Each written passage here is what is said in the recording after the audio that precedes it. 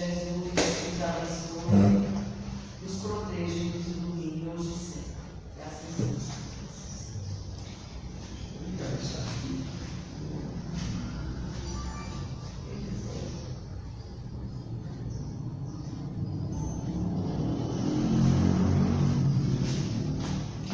Então vamos lá, né?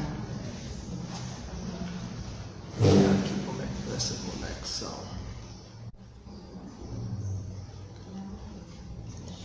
Então vamos lá, hoje prosseguir com o mesmo tema, o essencial, que começamos na semana passada.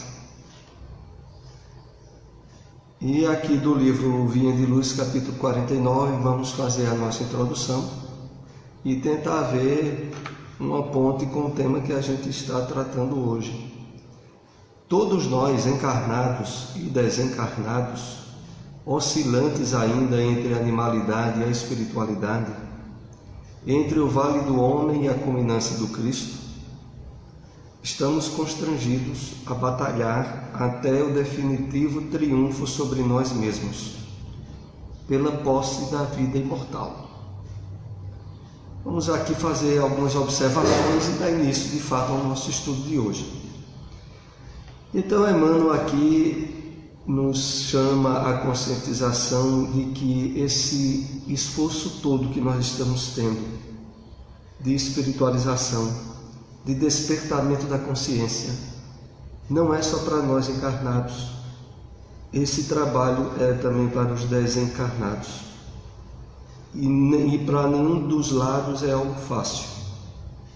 É algo que, em termos de esforço e de trabalho, há todo um campo a ser melhorado, canalizado e conduzido, como nós temos estudado aqui.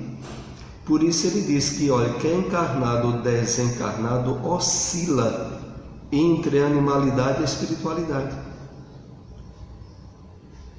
entre o vale do homem e a culminância do Cristo. Isso é com todos, porque muitas vezes, como nós aqui já fizemos nos comentários, pessoas que até se dizem espíritas, mas que apresentam um esforço enorme no trabalho de melhoramento, de autoburilamento, julgando que deixando para depois ou para a espiritualidade vai ser fácil. Não, vai ser mais difícil.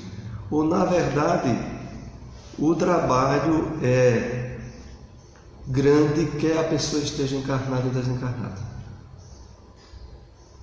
Estamos constrangidos, entre outros sinônimos, forçados, empurrados, porque, na verdade, dentre as leis morais às quais todos nós somos submetidos, tem a lei do progresso. Quer a gente queira ou não queira, a gente há de progredir, por bem ou por mal. Mas não existe aquilo de a criatura humana ela ir de encontro às leis que governam a vida no campo espiritual, moral, material, e se dá bem. Então somos constrangidos a batalhar até o definitivo triunfo sobre nós mesmos. Interessante é isso. É que a maior batalha, a maior luta, o maior esforço nosso é contra nós mesmos. Não é contra os outros, não é quem se coloque na posição de inimigo, de adversário nosso, ou os fatores constrangedores do mundo de provas e expiação. A nossa luta não é com as questões externas, é com as internas. São elas que de fato nos definirão como vitoriosos ou fracassados no projeto encarnatório em que estamos assinalados na nossa presente encarnação. Então, somos constrangidos a batalhar até o definitivo triunfo total sobre nós mesmos. Esse triunfo total é isso que nós temos aqui, encontrado 1000 maneiras de dizer de formas as mais diferenciadas. É a superação do ego, é o despertamento do self, do eu profundo. Isso é o sinônimo de triunfo sobre nós mesmos, porque esse nós mesmos é essa egolatria que a gente vem se enganando e projetando felicidade e infelicidade em cima dela ao longo de diversas encarnações. E quando aqui diz que é pela posse da vida imortal, é porque de fato, quanto mais ego, menos vida. Quanto mais eu profundo, quanto maior intensidade, qualidade e profundidade de vida. As pessoas que ainda não têm a menor noção de espiritualidade, que vivem para os instintos, estão profundamente mortas. Isso a gente já andou comentando aqui. É um fato. Nós só podemos, de uma maneira simples, dizer que está vivo, estando consciente, o máximo possível. E o máximo de consciência desperta significa máxima superação sobre o ego, suas mentiras e ilusões às quais a gente andou acreditando muito até a presente encarnação, mesmo sendo espíritas. Muitos de nós ainda sustentam os enganos e julga que no ego tem vida. E no ego, como diz o Evangelho de uma forma diferenciada, no ego tem muito morte. Ego é sinônimo de morte. É o contrário de despertamento espiritual. E terminando aqui esses comentários, quando ele diz que é pela posse da vida imortal. Não há dúvida de que quando nós fazemos esse trabalho de despertamento do eu profundo, que só consegue êxito com a plena consciência de imortalidade, e essa plena consciência de imortalidade faz com que estejamos no corpo ou fora do corpo, sintamos-nos integrados, harmonizados com as leis da vida e profundamente vivos. Mas vamos aqui prosseguir o nosso estudo sobre o essencial. Inclusive foi necessário introduzir aqui alguns slides fora do material do livro O Ser Consciente, devido a Joana de Anjos citar alguns nomes nesse capítulo referente ao essencial que ninguém, ou pelo menos eu não tinha a menor ideia de quem era. E como não era explicado, eu procurei saber quem era e fiz aqui um resumo rápido para vocês terem uma ideia do que é que vai acontecer a partir de 3 biografias pequenas que eu tive que colocar para a gente prosseguir no tema que já estávamos estudando desde a semana passada.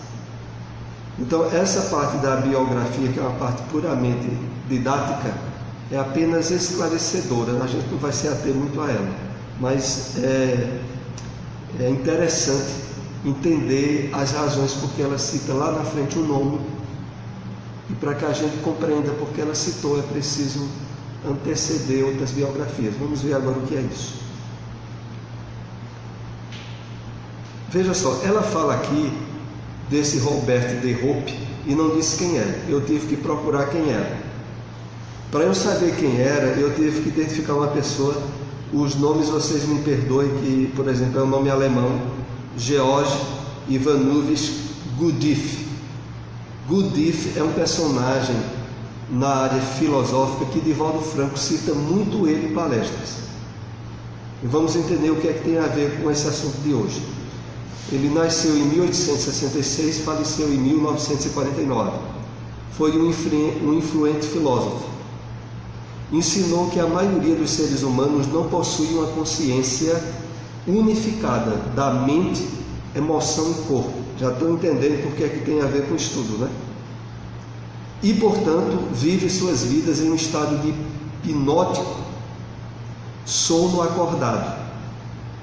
Mas que é possível transcender um estado de consciência mais alto e alcançar o pleno potencial humano. O método de Gurdjieff para despertar a consciência de alguém une os métodos de Fouque, Monge e Yogi, e assim ele se referiu a ele como o 4º caminho. Vocês ainda vão entender direitinho esses 3 caminhos que foi citado aí, que é o Fakir, o Monge e o Yogi. Vamos ver aqui. De Gudiff, nós entramos para entender um pouco de Peter de Ouspensky, que nasceu em 1878 a 1947. Vejam só. O quarto caminho que não exige que seus seguidores abandonem o mundo. O trabalho de autodesenvolvimento ocorre no meio da vida comum. Gudiff chamou seu sistema de uma escola da quarta via, onde uma pessoa aprende a trabalhar em harmonia com seu corpo, emoções e mente. Peter de Ouspensky, matemático e esotérico russo, pegou essa ideia e continuou sua própria escola. Vejam, a escola começou com Gudiff, passou para Ouspensky. De Ouspensky a gente entra no personagem que Joana cita no livro, Robert Sylvestre de Hope, 1913-1987. Esse é até mais contemporâneo nosso. Era um bioquímico inglês e um pesquisador acadêmico nesse campo. Depois de se retirar da bioquímica, ele se torna um proeminente autor nos campos de potenciais humanos e a busca de iluminação espiritual. Os intensos interesses de Hope, devidos principalmente a uma espiritualidade de infância espontânea, foram nutridos pela influência de Ouspensky. Então, Gudiff influencia Ouspensky, Ouspensky influenciona Robert de Hope, e Robert de Hope é citado agora por Joana nesse livro. Robert de Hope classificou os níveis de consciência em 5 estágios: consciência de sono sem sonhos, de sono com sonho, de sono acordado, de transcendência do eu e de consciência cósmica, que é o objetivo do nosso estudo agora. Então, a gente fez aí uma rápida historiografia biográfica para a gente ter uma ideia de que esses princípios que a gente está tratando aqui, eles são antigos. Não pense que está sendo aqui projetado para nós uma coisa que, puxa vida, é muito novo. Não, isso vem lá de trás. É claro que agora vai ter alguns enfoques e aprofundamentos espíritas, mas a base já vinha desde o século XX. Então vamos ver cada um desses 5 estágios da consciência. O primeiro estágio até o 5º. No primeiro nível, quando se transita no sono sem sonhos, apenas os fenômenos orgânicos automáticos se exteriorizam, assim mesmo sem o conhecimento da consciência, tais a respiração, a digestão, a reprodução, a circulação sanguínea. Viver totalmente para o corpo, o nível mais básico. E esse nível é chamado de sono sem sonhos. Pois a gente tenta fazer um fechamento quando entender os 5. Como se estivesse anestesiada, ela não tem ação lúcida, a consciência, sobre os acontecimentos em torno da própria existência. E a ausência de vontade do indivíduo contribui para o seu trânsito lento, do instinto aos pródromos da razão. Então, nesse primeiro estágio, a pessoa está saindo daquela fase instintiva para os primeiros degraus, os primeiros pródromos da razão. De uma razão agora que não é mero resultado automático das buscas instintivas. No segundo nível, o sono com sonhos, ele libera clichês e lentamente incorpora-os à realidade, passando pelas fases dramáticas, os pesadelos para os da líbido, ação dos estímulos sexuais e os reveladores que dizem respeito à parcial libertação do espírito quando o corpo está em repouso. Alguém ali está tentando adentrar-se ao recinto de forma muito veemente. Carnado, né? Então vamos compreendendo devagarzinho, né? Para depois a gente fazer um fechamento disso aí. Então agora nesse segundo nível do sono com sonhos, começa a haver, né, alguns sonhos mesmo que sejam quase que automatizados, quase que, boa tarde, que resultados desses primeiros degraus do instinto. O desenvolvimento da consciência atinge o terceiro nível, o de sono acordado, no qual a determinação pessoal, aliada à vontade, conduz o ser aos ideais de enobrecimento, à descoberta da finalidade da sua existência, às aspirações do que lhe é essencial, ao autoencontro, à realização total. Esse terceiro estágio é o estágio que, vejam bem, sono acordado. Ele agora tem consciência de suas atitudes instintivas automáticas, muitas vezes ainda não consegue controlá-las, mas tem consciência de que elas partem de impulsos aos quais muitas vezes não são o que ele quer ou os ideais que ele já está nutrindo. Aí a gente já vê que está se encaminhando mais ou menos dentro dessa terceira fase, né? É a de sono acordado. A maioria das pessoas aí fora sem ideais espirituais na sua vida está na de sono adormecido. Por isso que muitas vezes a gente diz que muitas pessoas passam toda a encarnação, espiritualmente falando, dormindo, porque submetida às necessidades instintivas e mais materiais, e sem consciência de que é um espírito em trânsito no corpo, e muitas das vezes tendo o absoluto descontrole emotivo, elas estão dormindo. Então, sono acordado já essa é aliado à vontade. Inclusive, em relação à vontade, aqui nós podemos fazer um aprofundamento melhor. Vejam, no livro Pensamento e Vida, de Emmanuel, os primeiros capítulos, o primeiro capítulo, Espelho da Vida, que vai falar sobre a questão do pensamento como resultado da atuação direta do Espírito, e no capítulo seguinte vai falar sobre a vontade. E lá a gente vai ter uma noção de que o Espírito usa a vontade antes do pensamento.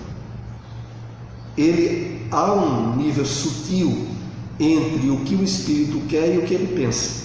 Esse nível sutil é preenchido pela vontade. A consciência disso já nos ofere possibilidades de estar despertando a consciência, de que a gente não está agindo mais de forma automatista pelo que dá no pensamento, ou por aquilo que a gente se envolve emotivamente. Não, a gente agora já tem uma ideia de que eu posso atender ou não aquilo que passa no meu pensamento. Eu tenho uma vontade que delibera sobre isso antes que eu atenda. Isso significa que eu não estou mais, em termos de consciência, dormindo. É esse estágio que nós estamos entrando aí.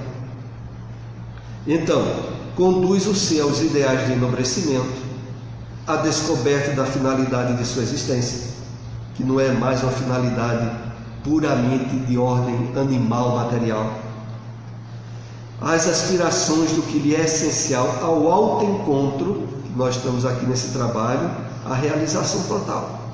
Vamos adentrar agora no quarto.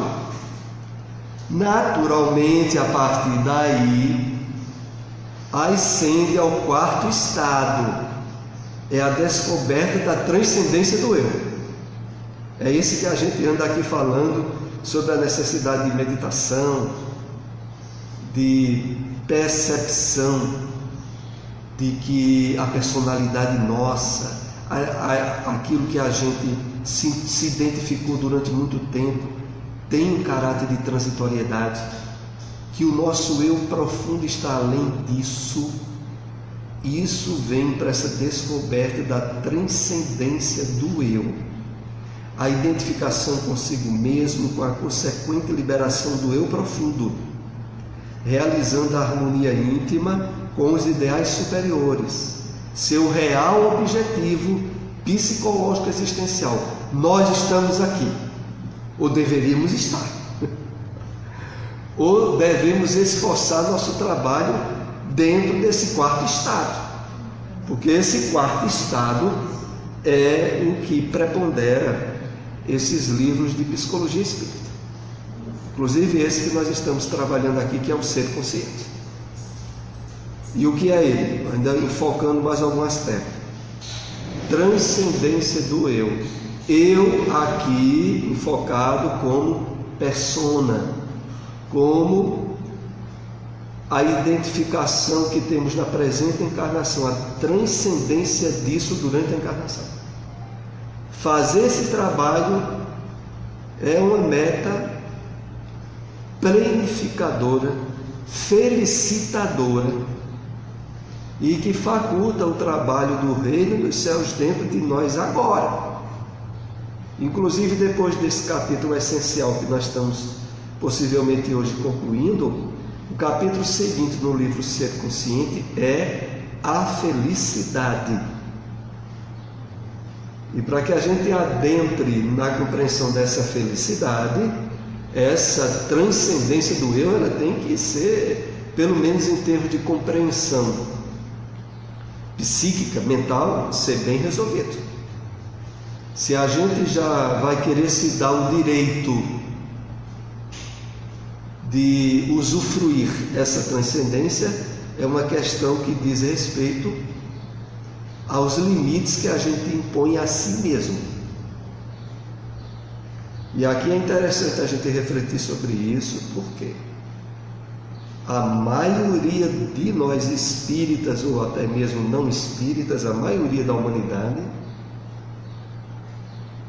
na presente encarnação, não vai querer dar-se o direito de ser feliz, no conceito de felicidade plena que foi ensinado por Jesus e que hoje a gente está aprendendo nesse desdobramento de psicologia espírita.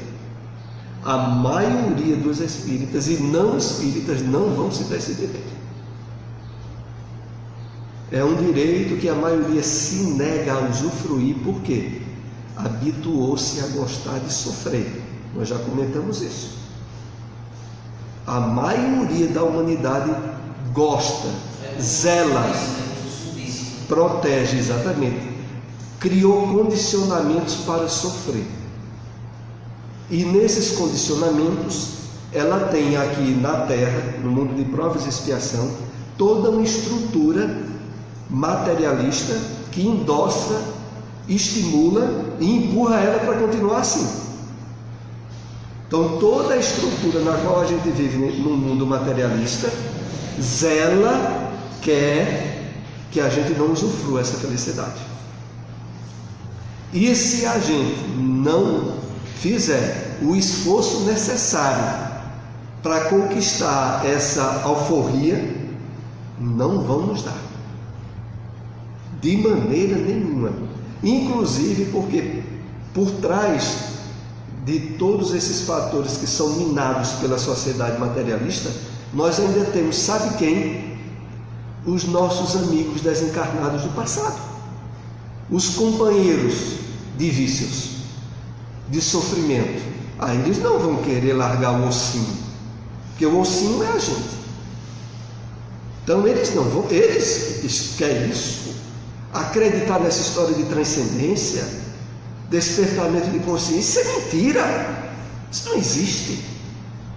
Então, eis o problema. Vejam só, a gente está aqui numa batalha terrível, porque no âmbito dos sentidos físicos, um mundo material que nos projeta para coisas, objetos, circunstâncias e posse, como sendo felicidade.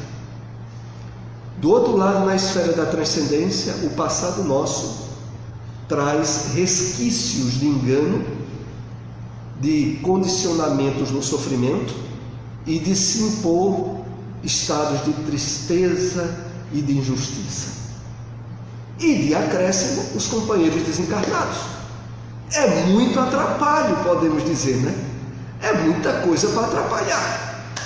Essa questão só da felicidade é bem interessante, porque eu acho que vai muito da maneira como você vê e encara a sua própria vida, né?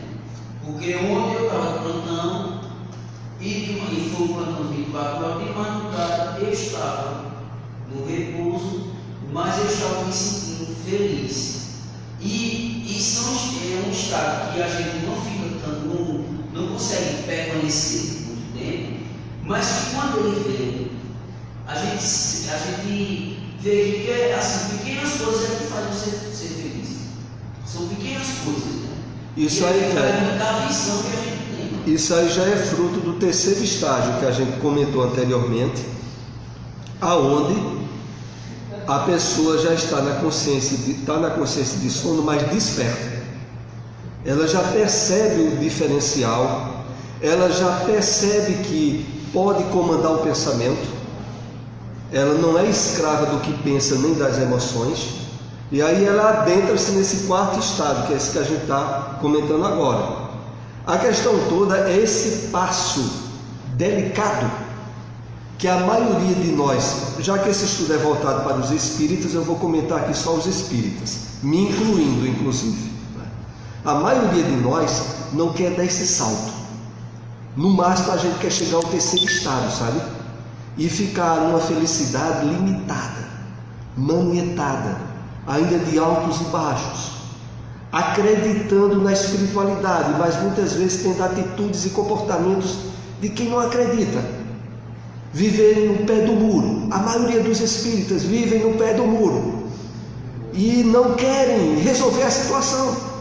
É para isso que é voltado esse estudo e essa busca do eu profundo, para que a gente resolva esse caso agora, sem se iludir para propostas futuras, nem de quando está desencarnado ou nem encarnação futura, não, agora. E o que é que falta? Aí a gente está tentando encontrar aqui caminhos, vias que nos dê mais confiança de dar esse salto e adentrar-se nesse quarto estado de forma plena, sem dúvidas, sem nutrir hesitações, tendo segurança. Nessa caminhada a gente tem que relembrar sempre a necessidade da meditação, que deve se tornar um hábito diário para nós. A gente tem que ter, puxa vida, por que é difícil a gente meditar 5 minutos por dia? 5. Parar com a mente louca 5 minutos. Por que é difícil? Porque o ego não dá brechinha, porque as contingências de ordem material totalmente ilusórias se impõem. De não faça isso, você está perdendo o seu tempo. Quando na verdade a gente perde o tempo, iludido pela matéria. A gente é a maior. Olha, o que a gente pode de fato estabelecer como vida é quando a gente está com a consciência desperta naquilo que andou fazendo, mente, corpo e espírito. Os momentos plenos de felicidade realmente intensa foram aqueles onde a gente estava total, corpo, mente e espírito, e a gente não queria estar em nenhum outro lugar. Naquele exato lugar, ali a gente estava usufruindo um pouco dessa felicidade. Mas a questão toda é essa, que vejam, conversando aqui, cercado num clima espiritual amistoso, isolado um pouco da mentira do mundo materialista lá fora. Durante um estudo como nós estamos aqui, é possível a gente antever de uma forma mais clara as possibilidades disso. Só que aí é que está um dos problemas, é que quando a gente volta a lidar com o campo material propriamente dito, as vibrações se adensam, as interferências espirituais negativas se tornam mais fortes e a gente tem muito mais dificuldade de isolar-se psíquica, espiritual, integralmente daquilo que nos cerca nesse mundo. Porque eu volto a acentuar o que há pouco nós estávamos dizendo. É muita interferência negativa nos puxando para baixo. As interferências espirituais positivas que querem nos ajudar para cima, elas zelam pelo nosso livre-arbítrio, por de fato a gente querer projetar-se para cima. E para isso elas contam com a nossa vontade. Então o trabalho maior nosso é de educação da vontade. A nossa vontade, ela foi viciada pelo sofrimento, pelos hábitos e condicionamentos negativos e que nos causaram muita infelicidade. Essa vontade tem que ser educada. Tem que ser realimentada de tal maneira que as escolhas ideais passem a ser mais constantes e não as raras. Mas vamos adentrar um pouco nisso nos textos desse estudo da essência, para depois a gente falar mais de felicidade, porque, como eu disse, felicidade é um capítulo à frente. Voltando aqui, liberação do eu profundo, realizando a harmonia íntima com os ideais superiores, seu real objetivo psicológico e existencial. Isso é o quarto estado, ao qual nós estamos aqui tentando trabalhar ele. Então, ele primeiramente vem da transcendência do eu, ligado à identificação consigo mesmo, liberação do eu profundo, realização da harmonia íntima com os ideais superiores, o seu real objetivo psicológico existencial.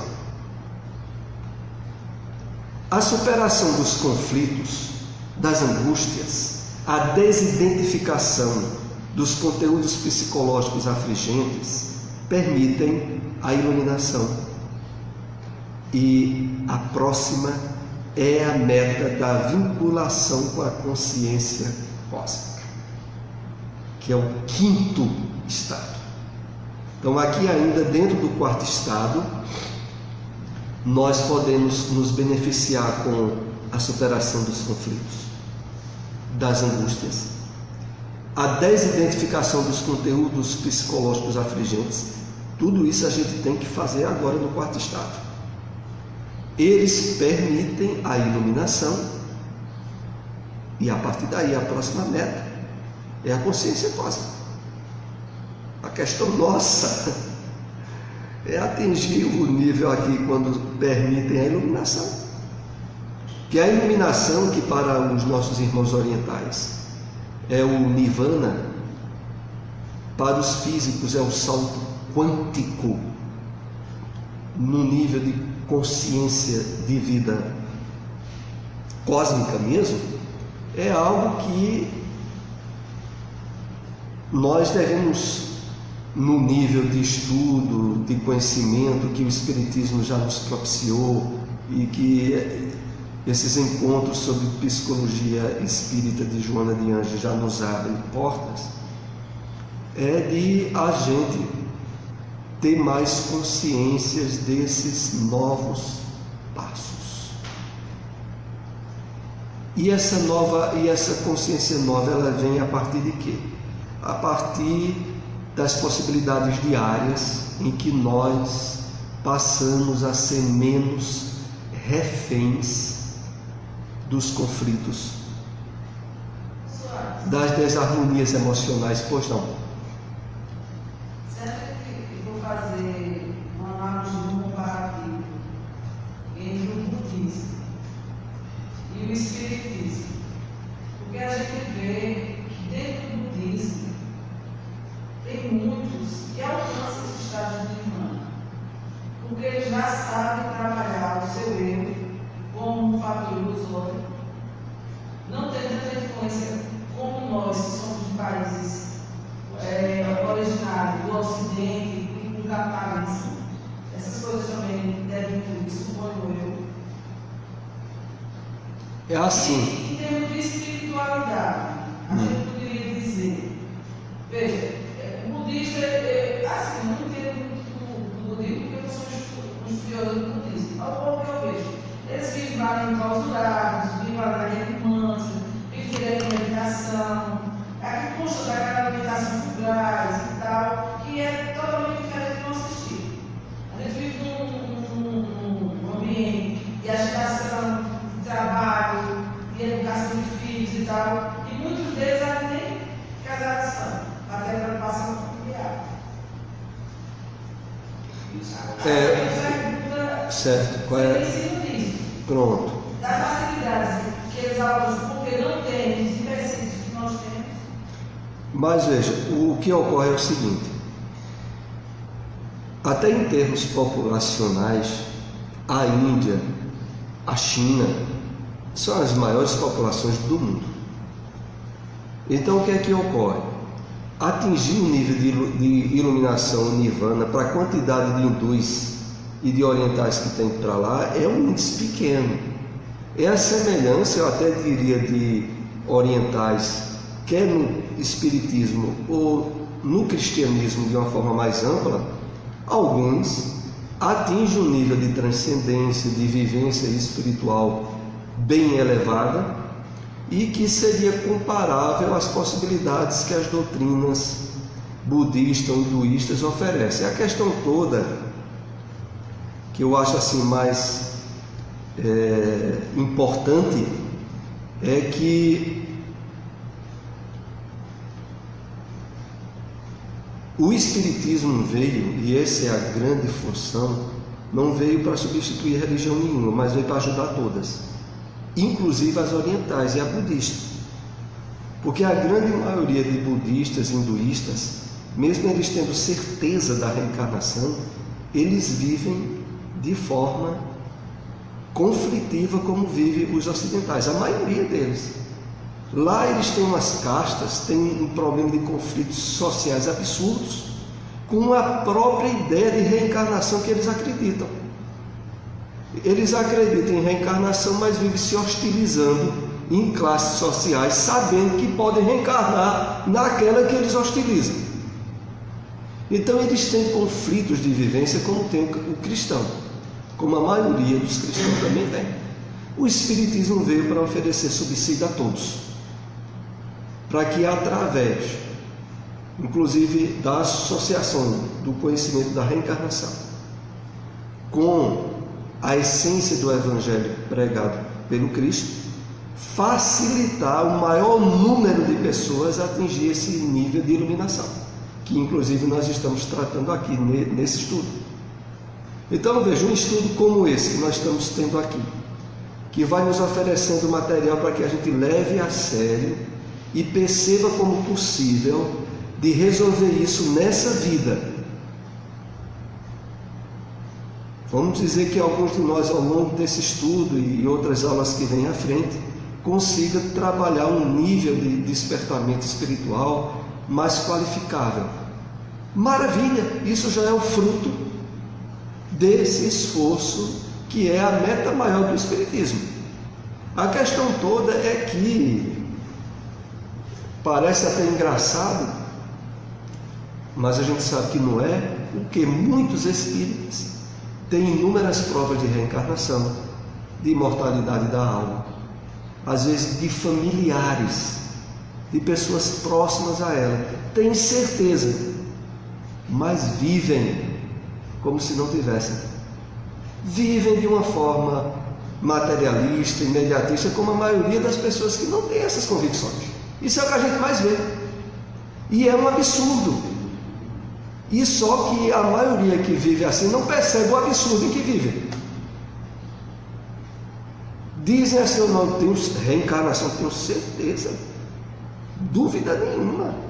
É lei da vida, mas vive uma vida medíocre. É complicado, né?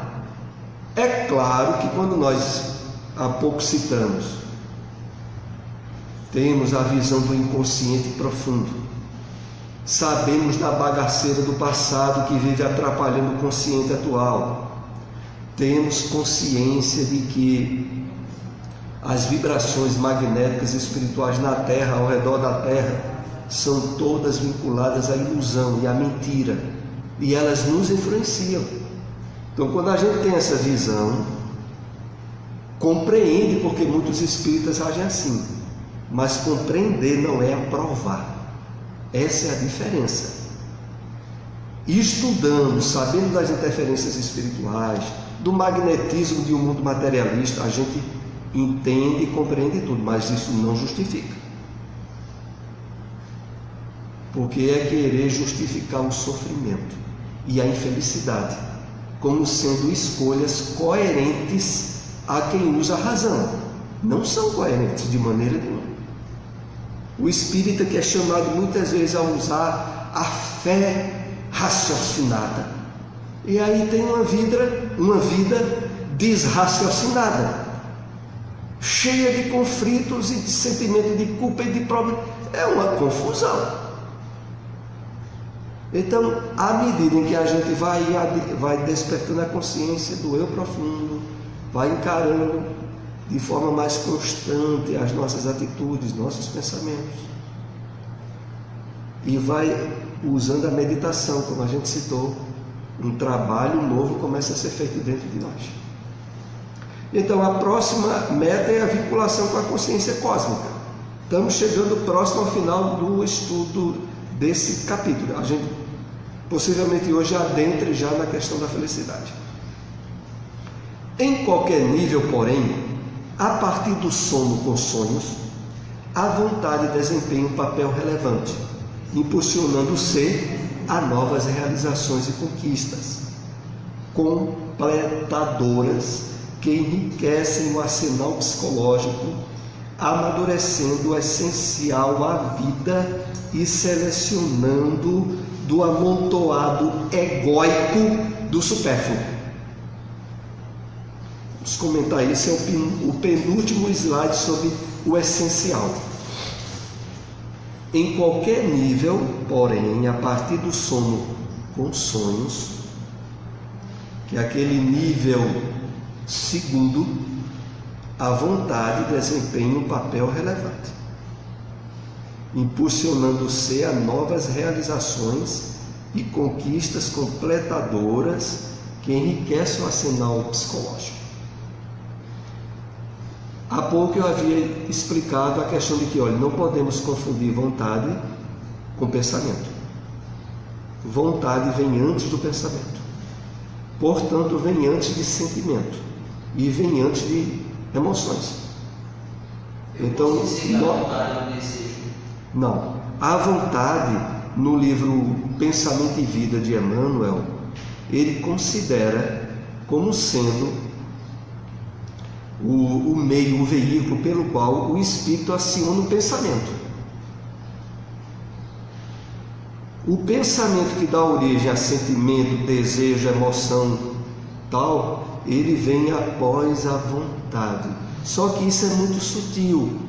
Por exemplo, nós que estamos trabalhando os valores espirituais da vida, tendo consciência de que o espírito é quem cria o pensamento, e aí podemos alcançar a abstração, né, a forma sutil de que, puxa, antes de eu pensar em algo, eu exerço a vontade de pensar. Mas isso já é para quem está trabalhando a consciência de espírito e de pensamento diferenciado da maioria das pessoas. Para a maioria das pessoas que não estão voltadas ao lado espiritual da vida, elas confundem vontade, pensamento e ação. Na verdade, elas confundem espírito com matéria, basta dizer isso. A pessoa que acha que é um corpo destinado ao túmulo, para ela tudo é uma coisa só, tudo é matéria. Não tem condição nem de perto de perceber que é um espírito que utiliza a vontade para acionar o pensamento, para a partir do pensamento ter alguma atitude. Mas voltando aqui ao texto, a vontade desempenha um papel relevante, A questão toda nossa é o trabalho de uma vontade límpida, que não seja viciada, que não seja corrompida. Tem uma frase de Emmanuel no livro Vinha de Luz, acho que capítulo 131, ele diz assim, vejam só: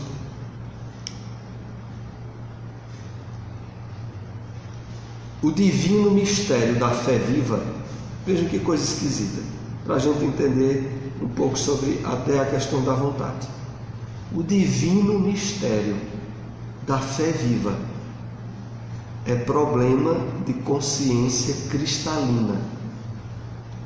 Trabalhemos por apresentar ao Pai a retidão e a pureza dos pensamentos.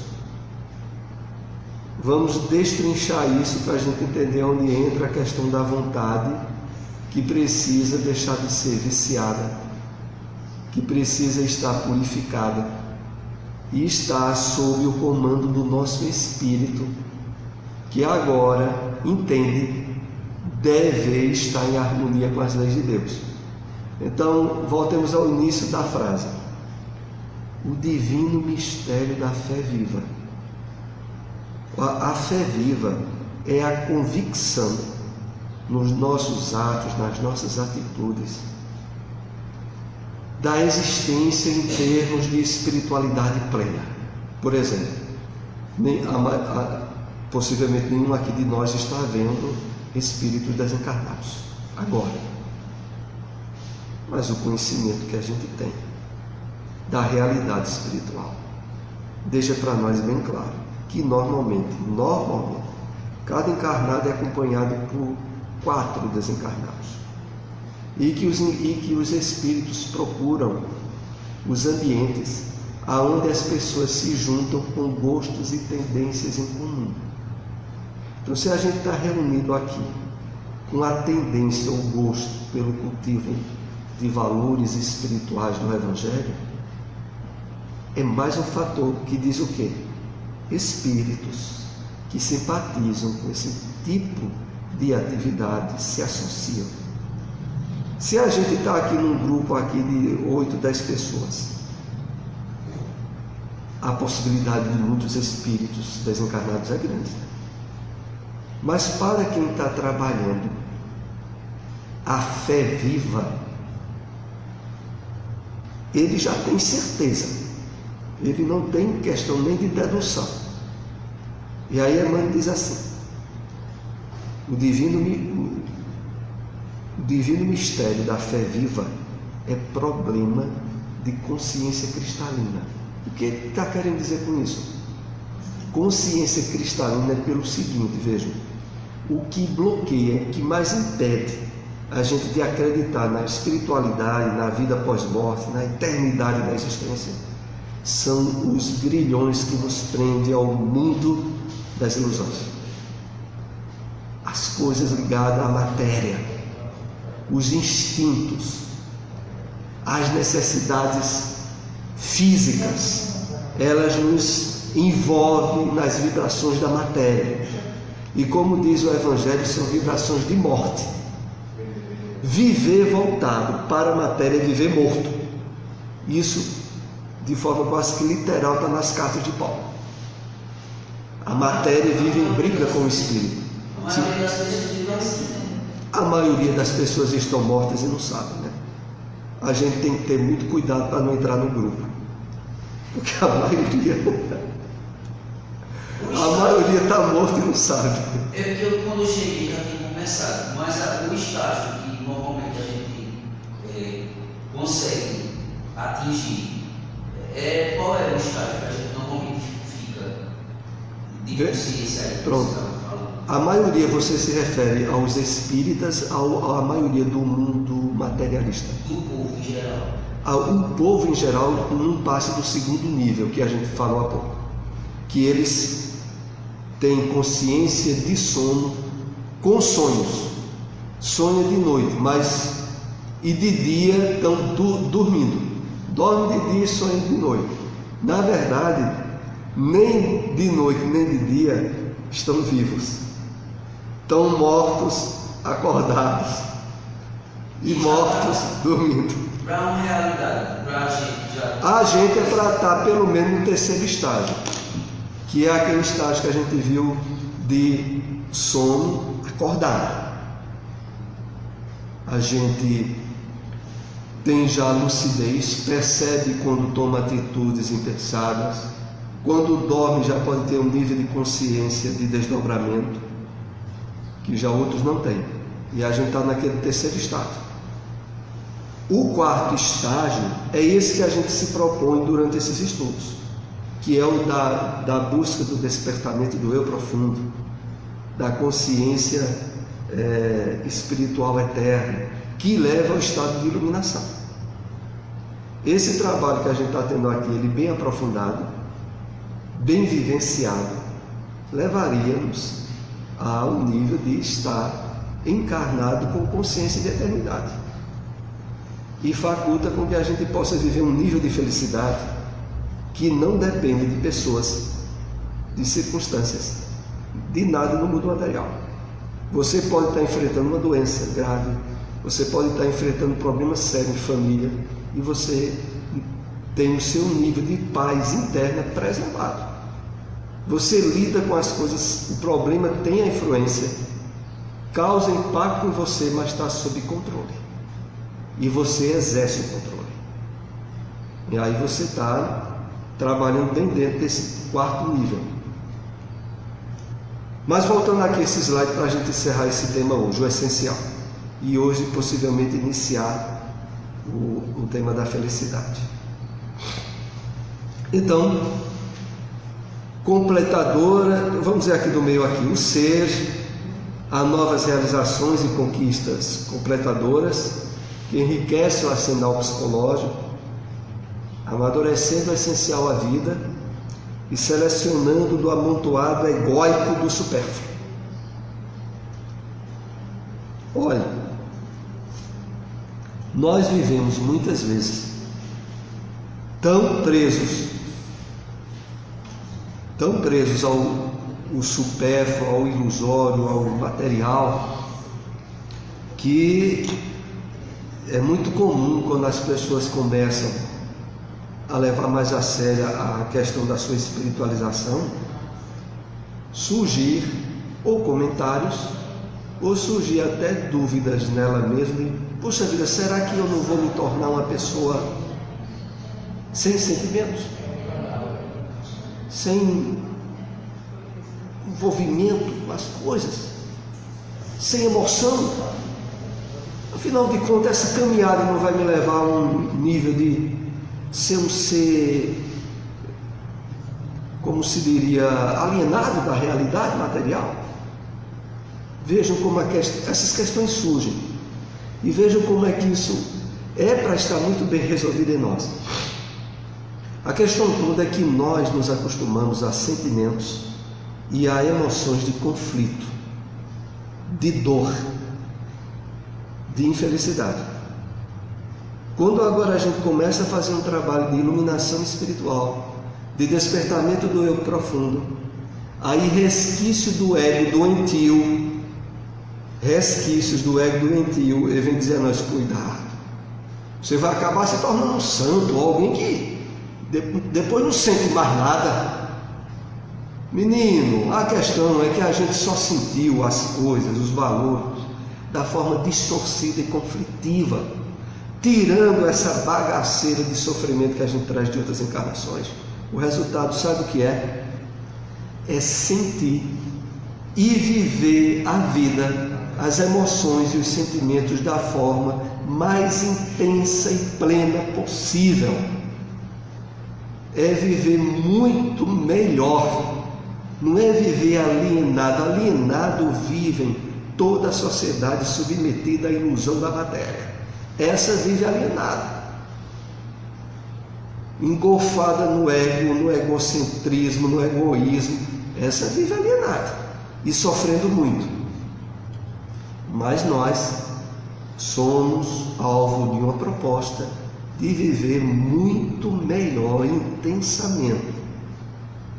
na área dos sentimentos e das emoções, agora harmonizadas com as leis divinas. É a conquista da terra da promissão. Pois não? Como é que eu posso quebrar com esse ciclo vicioso de estar sempre pensando pensamentos ou então viver e vendo a vida de uma forma que leva você a sofrer? Porque é o que acontece com a maioria. Olha, a frase que realmente responde a pergunta sua e que nós já dissemos aqui alguma vez é aplicada a todos nós, né? Eu me incluo. Nós precisamos ter vergonha na cara. A questão toda é só essa, é dizer, poxa, vem cá, a gente tem que fazer o seguinte, a gente tem que botar as coisas a limpo. Botar as coisas a limpo é assim, analisar com a gente mesmo. Eu tenho certeza da imortalidade da alma. E analisar se tem certeza mesmo. Se não tem, o Espiritismo tem material rico para ter essa certeza. E aí vamos dizer, você tem certeza? Não tem. Eu, até através da mediunidade, eu tenho certeza da imortalidade da alma. Tem, né? Tem. Vamos para o segundo nível. Tem certeza da reencarnação. É uma consequência? Claro que eu tenho certeza, mas tem certeza mesmo? Que a gente tem que resolver essas questões bem pela raiz, para a partir daí, tendo essas certezas básicas, poder fazer as suas buscas de transcendência, de espiritualização, de iluminação segura. Dizer, poxa, eu já tenho material mais do que suficiente para ser uma pessoa renovada e ter uma qualidade de vida íntima, pessoal, lá para cima. E por que é que eu não tenho? Por que é que eu não quero me dar esse direito? Quem me impede? Os desencarnados do passado? A minha falta de vontade no presente? Falta de esclarecimento já não pode mais questionar. Então a gente, em verdade, é a questão maior de um compromisso consigo mesmo. Nós fomos, pode acender aí, nós fomos, de uma forma bem clara, usando uma palavra assim, popular, nós fomos sequestrados pelo materialismo. A maior luta do Espiritismo é contra o materialismo. E as nossas atitudes estão enraizadas no materialismo. Querer libertar-se disso a partir da consciência disso é o que nós estamos tentando fazer aqui. Libertar-se desse sequestro. Assim, a gente vê realmente que existe essa dualidade, materialismo e espiritismo, ou espiritualismo, que está sendo quebrado hoje. Um programa, um canal, quando estava assistindo, poderia gostar muito de internet. E tem um canal na Inglaterra, eu estou esquecendo o nome, depois eu passo para você, que são cientistas que estão fazendo um experimento há mais de 10 anos, vários tipos de cientistas em várias áreas, que são médicos ostensivos, no porão da casa de um casal, que também são cientistas. Então esses médicos se reúnem lá. E o que é que aparece nessas reuniões? Todo tipo de fenômeno físico que você pode imaginar. Materialização, comunicação direta, fazendo também experimento com aquele mais antigo que a gente conhece, que é o Clóvis Moura, através de rádio, captando a voz dos espíritos. Tudo assim que houve logo no início, com muita intensidade, para despertar a gente para o mundo espiritual, ocorre com a maior frequência e está sendo acompanhado por um estudo bem criterioso, tirando todas as possibilidades de fraude. E é atual esse estudo. Olha, você veja bem, fazendo uma ponte com o que houve no mês de agosto com o CIMESP. que teve lá as cartas de Fernando Ben. Tínhamos lá, vamos dizer, 2.500 pessoas. Aí Fernando Ben recebe cartas psicografadas, autênticas, com as maiores provas de imortalidade e de continuidade da vida pós-morte.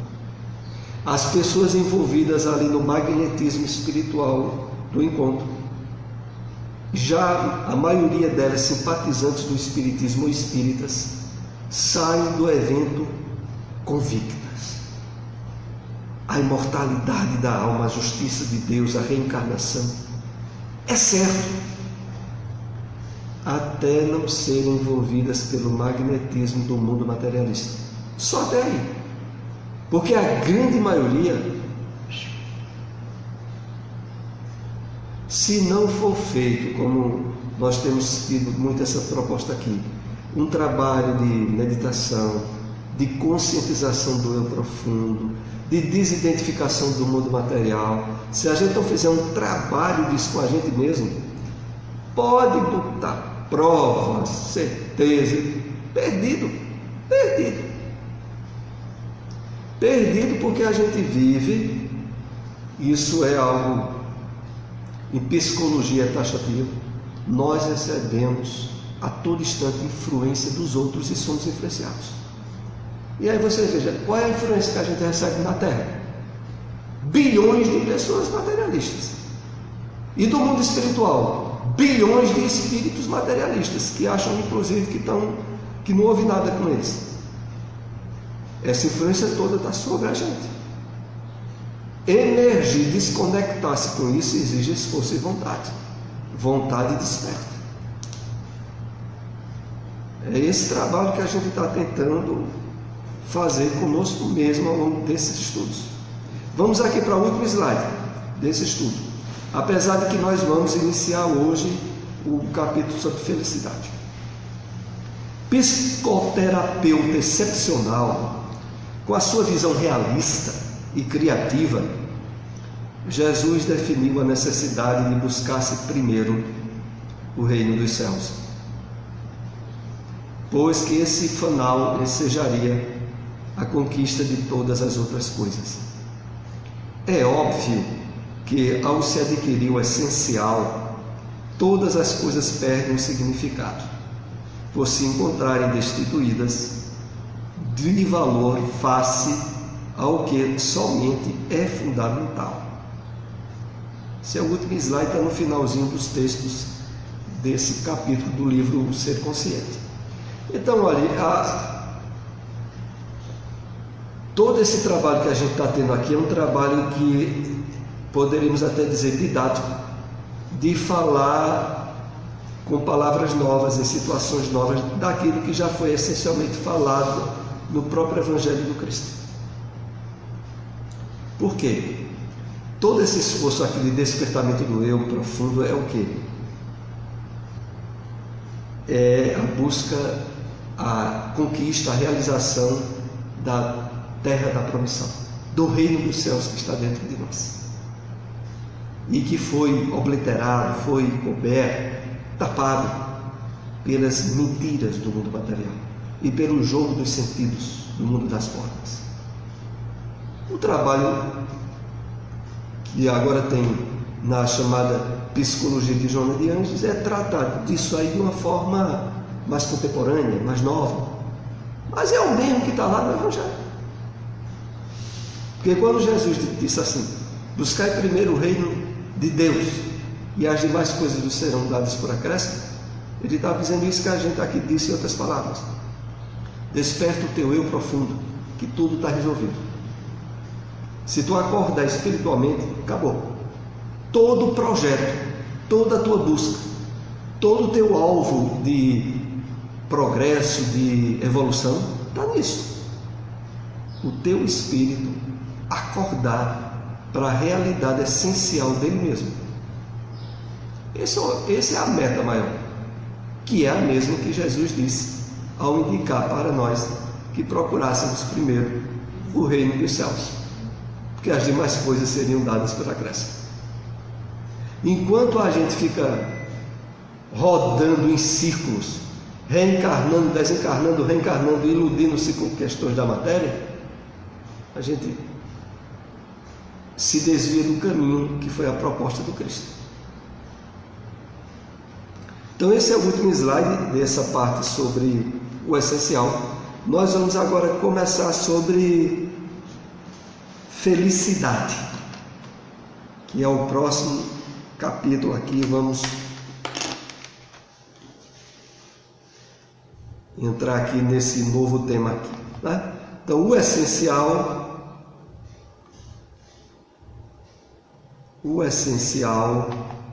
sai, e agora nós vamos entrar no novo tema, que será sobre a felicidade.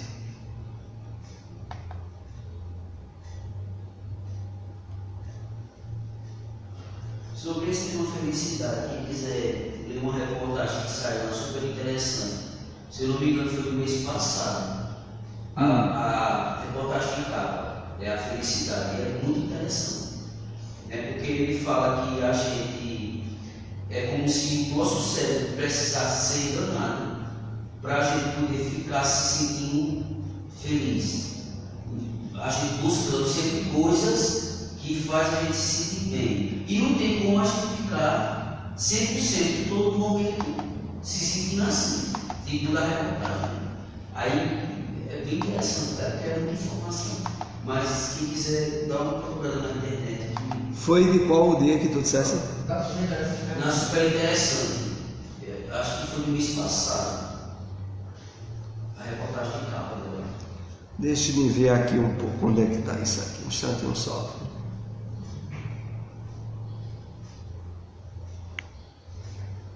Deixa eu procurar aqui. Eu tirei a câmera de mim, senão eu não acho não. Agora eu vou abrir.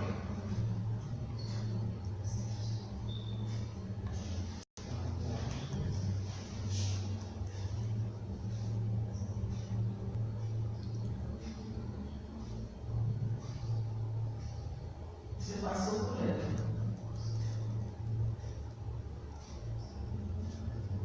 Chegou? Você quase não. Pronto. Então, finalmente, a felicidade. O problema todo, como nós estávamos comentando no estudo anterior, é conseguirmos trabalharmos internamente para de fato querermos a felicidade.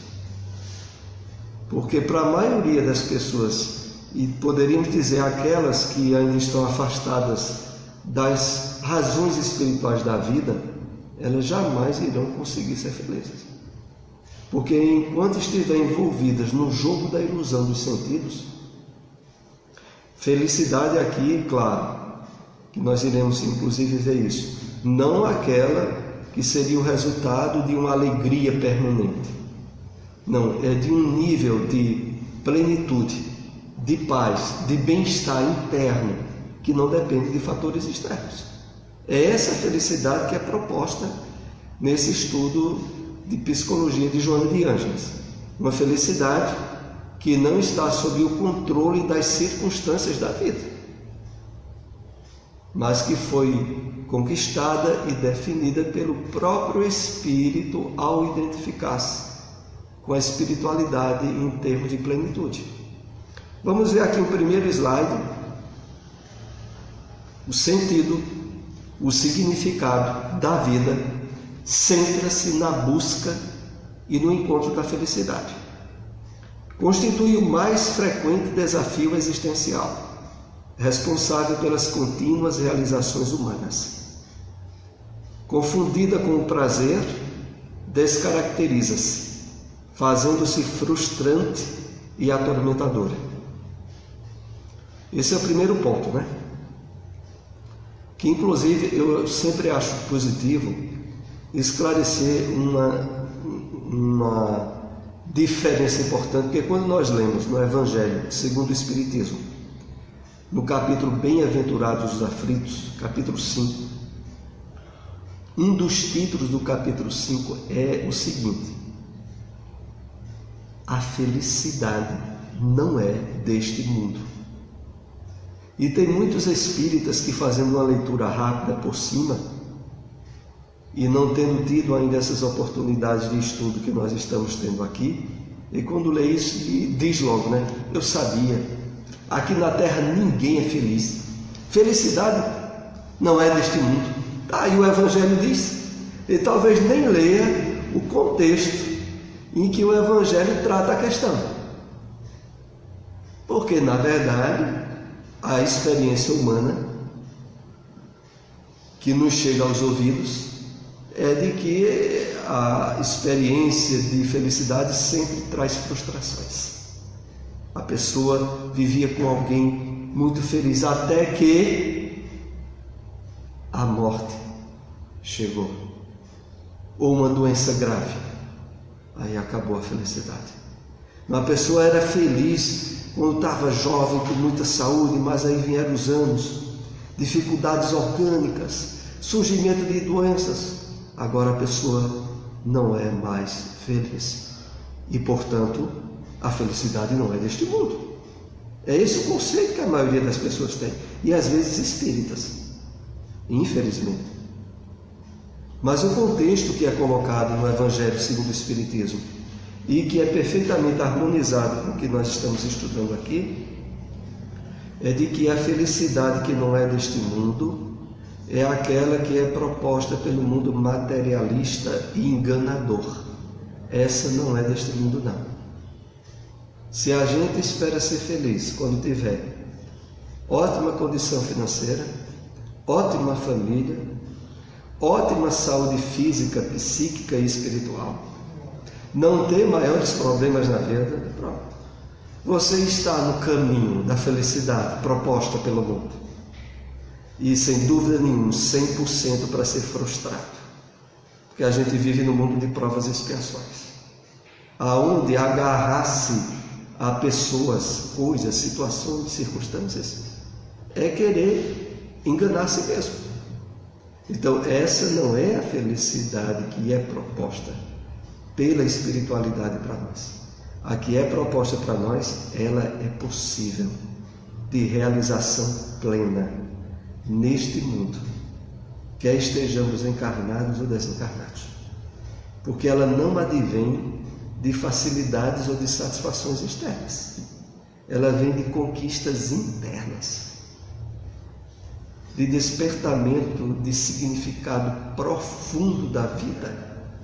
Não tem nada a ver com as questões transitórias, que às vezes nos dão momentos de alegria, e aí a gente começa a diferenciar.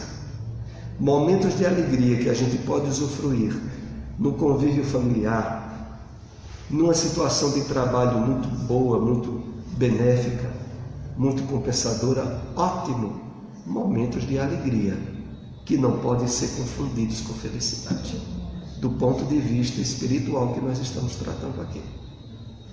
Então, o sentido, o significado da vida centra-se na busca e no encontro da felicidade. Então aqui nós encontramos dois desdobramentos. Para as pessoas que não acordaram para a realidade espiritual da vida, a felicidade ela projeta em coisas, pessoas e objetos, e passam a vida numa busca desenfreada para resolver todas essas questões. Essa é uma forma ilusória de buscar a felicidade, e que a maioria na Terra se atira devotadamente a ela. Agora, o outro lado é a felicidade que foi proposta pelo Evangelho do Cristo, continuada na doutrina espírita e nesses estudos de psicologia que nós estamos tendo aqui. Essa felicidade real, permanente, planificadora, é preciso, não há dúvida nenhuma, que a gente se esforce por ela. Porque a questão maior, vejam, e aqui a gente vai começar a trabalhar isso de um ponto de vista psicológico bem dedutivo. Vejam só. Se para conquistar a felicidade mentirosa, passageira, muitas pessoas passam anos da sua vida trabalhando, dedicando-se a relacionamentos, dedicando-se a coisas do mundo externo para depois perderem, mas gastam energia e vida para isso? Por que é que a gente vai achar que para ter a felicidade real, planificadora, permanente, vai ser de mão beijada, não vai exigir esforço? Claro que vai exigir esforço. E esforços hercúleos, porque é a maior e permanente felicidade que a gente pode ter. E é essa que a gente está sendo chamado ao trabalho do despertamento do eu profundo. Então, o que a gente precisa ter bem claro e definido na gente, e que muitas pessoas, mesmo espíritas, não têm ainda consciência disso, é o seguinte, olha. Veja só. Fazer o bem de forma plena, elevada, que é sinônimo de felicidade. Conquistar estados íntimos, planificadores, exige esforço, dedicação e trabalho. Não é de mão beijada. Ah, mas esforço como? Trabalho em que área? Trabalho na área que a princípio a gente pode achar que é fácil, mas é a mais difícil de todas, que é aquela realizada na selva, na mata cheia de cobras, de problemas que estão dentro de nós. Trabalho interno, grande. Esse trabalho que a gente está sendo chamado. Ah, mas aí é desgastante. Mas é o único que é realizador. E vai estar dentro daquilo que há pouco nós comentamos, naquela frase de Emmanuel, do livro Vinha de Luz 131. Para a conquista da fé viva, exige retidão no pensar, purificação, esforço renovador dentro de nós, na nossa área de interesses e de sintonia aqui na Terra. Vamos voltar aqui para o slide. Constitui o mais frequente desafio existencial, responsável pelas contínuas realizações humanas, confundida com prazer, descaracteriza-se, fazendo-se frustrante e atormentadora. Então, primeiro, não tem nada a ver com prazer, não tem nada a ver com alegrias momentâneas. Vamos para o segundo plano aqui de conquista dessa felicidade. A visão da felicidade é sempre distorcida, levando o indivíduo a considerar que quando não se encontra feliz, algo não está bem, o que é uma conclusão incorreta. Está logo no início desse assunto no livro. Depois é interessante quem tiver o livro aí fazer a leitura desse capítulo. A felicidade é o penúltimo capítulo do livro. Possivelmente devamos concluir esse livro daqui para o final do ano. Então, voltando aqui à questão, a visão da felicidade é sempre distorcida. A maioria, olha, a visão da felicidade real, que é essa que nós estamos compartilhando aqui, poucas pessoas têm ideia disso. E pior, poucas acreditam nisso. Porque, olha, acreditar na proposta da felicidade como a planificação de valores espirituais só tem cabimento se a gente já tiver muita certeza sobre vida espiritual. É claro que isso que a gente está comentando aqui sobre felicidade, ouvida por alguém que é materialista, ele vai dizer o quê? Que é conversa para o boi dormir. Que história é essa de felicidade que não é prazer, não é alegria? Que história é essa? Esse pessoal que está comentando isso aí é alienado. Esse pessoal é doido. Na visão materialista, o que a gente aqui está trabalhando em termos de felicidade é alienação. Na verdade, quem é alienado acha que os outros é que são, né? Esse é o grande problema que está se vivendo no Brasil, né? Em todas as áreas, né? Quem está de um lado acha que o outro é alienado, né? E quem é alienado tem certeza que é o outro que é, né? Complicado, né? Então, na verdade, essas ideias que nós estamos aqui compartilhando sobre felicidade é o seguinte: só tem cabimento para a gente, não vai ter cabimento para outros. Então, essa visão é distorcida pela maioria, levando o indivíduo a considerar que quando não se encontra feliz, algo não está bem, o que é uma conclusão incorreta.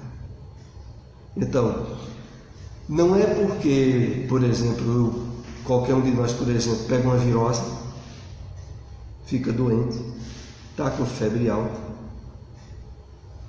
e vai dizer a si mesmo, ou vai ter alguém que vai dizer a gente: meu Deus, como tu estás infeliz, doente aí. Tão infeliz? Não. Nada a ver. Na visão que a gente está, a partir de agora, trabalhando sobre felicidade, nada a ver. Não é um estado de enfermidade física temporário que vai danificar o nível de plenitude, de compreensão da felicidade que a pessoa tem. Não é porque a situação física está incomodando que o nível de ideia de felicidade que a gente está trabalhando é atingido, de maneira nenhuma. Não, eu estou aqui numa situação física não satisfatória, mas a minha felicidade não tem nada a ver com isso aqui, não. Então, essa felicidade que a partir daqui a gente vai aprofundando, ela não se adapta e não se limita às contingências de ordem material. Então, você pode, por exemplo, agora, tinha um emprego, estava trabalhando, tendo um rendimento bom, e de repente está desempregado. E aí você vai encontrar alguém e vai dizer: meu Deus, desempregado nessa época de crise agora, meu Deus, como você deve estar infeliz? O quê? Não, peraí, eu estou desempregado, a situação está difícil, está se vivendo em crise, mas o emprego não tem a ver exatamente com o meu nível de felicidade. Então é isso que a gente tem que estar bem claro à medida que a gente vai aprofundando aqui o tema. Último slide que nós vamos começar a comentar hoje. A felicidade se expressa mediante vários requisitos. Entre outros, os de natureza cultural, de nível de consciência e de maturidade psicológica. Esses dois últimos estabelecem os graus nos quais se expressam as realizações planificadoras, os estados de felicidade. Então, aqui a gente vai começando a perceber de forma bem conclusiva ao que o estudo da felicidade nos propicia. Se expressa mediante vários requisitos, entre outros a natureza cultural, nível de consciência e maturidade psicológica. E principalmente os dois últimos.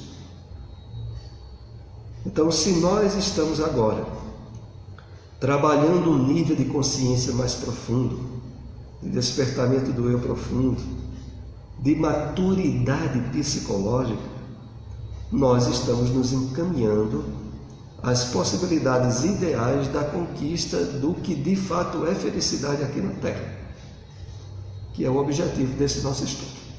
Como o horário é chegado de concluirmos aqui esse nosso...